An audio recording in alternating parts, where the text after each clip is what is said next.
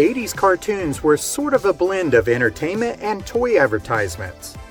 In the middle of these cartoons, they tried to teach kids some sort of lesson about doing good to one another. For many 80s kids, these cartoons hold some special memories, but over time they have been largely forgotten about. For some reason, they didn't live on like the Flintstones or Scooby-Doo. In this video, we will have a look back at some 1980s forgotten cartoons. Do you remember the 1987 science fiction movie about a cyber cop who fought crime in Detroit? RoboCop was a pretty big hit on screen, which is why Marvel decided to try an animated series that started in 1988. This show was less violent than the film, but they worked hard to try and incorporate many of the same elements. He was still searching for his own humanity as he was fighting crime. The show also dealt with many of the same social elements that other 80s cartoons tried to deal with. RoboCop was only on the air for 12 episodes. BraveStarr was sort of a strange cartoon that was on the air for 65 episodes beginning in 1987. It was a sci-fi western that followed a Native American sheriff of New Texas, which was a planet 1,957 light-years from Earth. BraveStarr protected New Texas from stampedes and the Carrion Bunch with the help of his horse named 3030, who could stand up and wield an energy shotgun. When needed, BraveStarr could call upon a variety of spirit animals which could give him the eyes of a hawk, speed of a puma, strength of a bear, and ears of a wolf. This is one cartoon that probably wouldn't be on the air today. Humanoid started out as a series of shorts that aired in between episodes of other cartoons, but it would eventually go on to have one season of its own beginning in 1986. This cartoon was not like the other cartoons in the 1980s. It was basically about the Earth Corps, who worked to protect the planet from industrialist Blackthorn Shore and his monsters Tendril and Decompose. It might have been a little strange, but there were kids who definitely loved it. Denver the Last Dinosaur ran in 1988 and lasted for 50 episodes. It followed a group of California kids that find a dinosaur egg at a construction site and then it hatches. The kids then go through all sorts of wacky ways to hide the dinosaur from their parents, while occasionally putting their hands on his magic shell fragment which shows them the past. Really, this is the quintessential 80s cartoon that tries to be educational and full of morality without ever fully getting there. The creators tried to make Denver the coolest dinosaur around. Mr. T seemed to be everywhere in the 80s.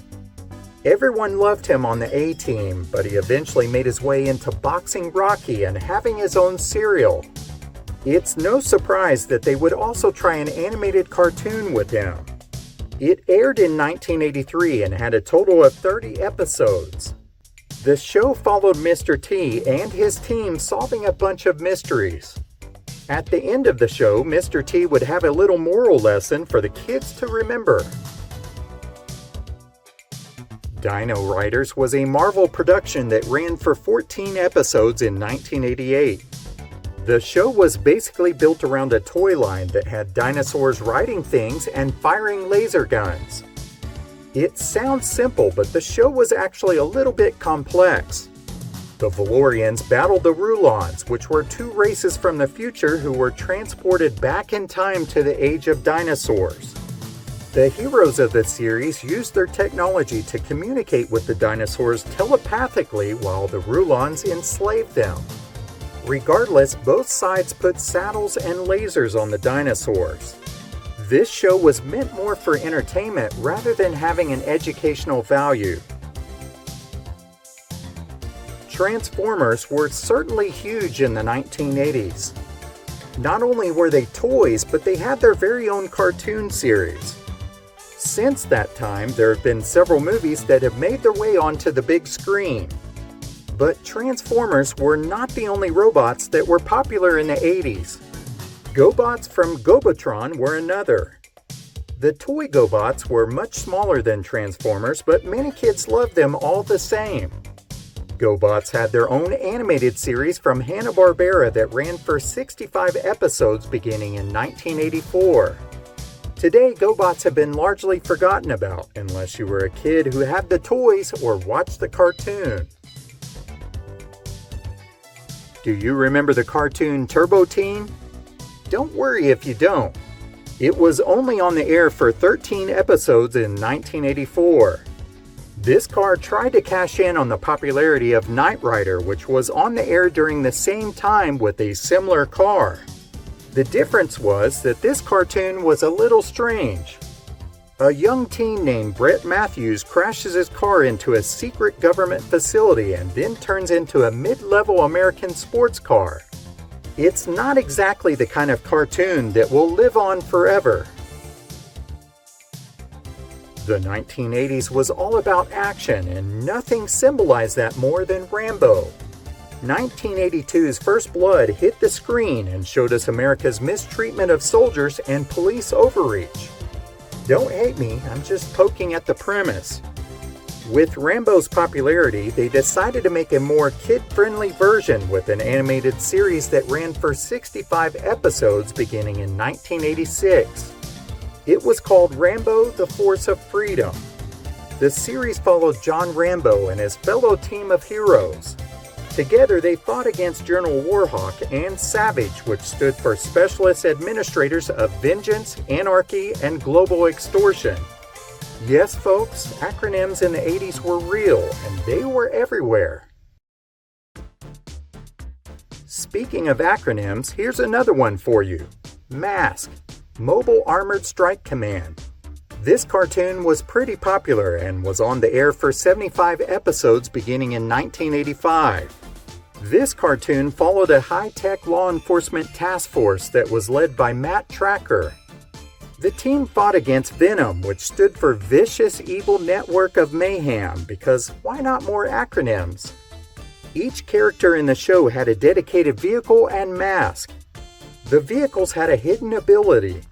For instance, Tracker's Camaro-styled sports car could fly when its gull-wing doors were opened. This task force was based out of a secret mountain headquarters which was under a gas station attached to a volcano. For many kids, the cartoon and the toys hold some very special memories. Are you ready for some more acronyms? How about the show COPS, which stood for Central Organization of Police Specialists? This cartoon was on the air for 65 episodes beginning in 1988. I'm sure you all probably remember the reality show by the same name, but this animated series predated it by 6 months. Years later, this animated series showed up in reruns with the name CyberCops in order to get around some of the rights surrounding the name. The show didn't do too much to develop its characters, and it hasn't aged very well, but it's worth a mention just because of the acronym. These cartoons may have been commercials, but 80s kids really enjoyed watching them. Their kids might not know about them, but 80s kids will certainly not forget about them. They will live on forever in the hearts of all the kids who loved them. What were some of the cartoons that you enjoyed watching as a kid? Let us know in the comments below. As always, thank you so much for watching.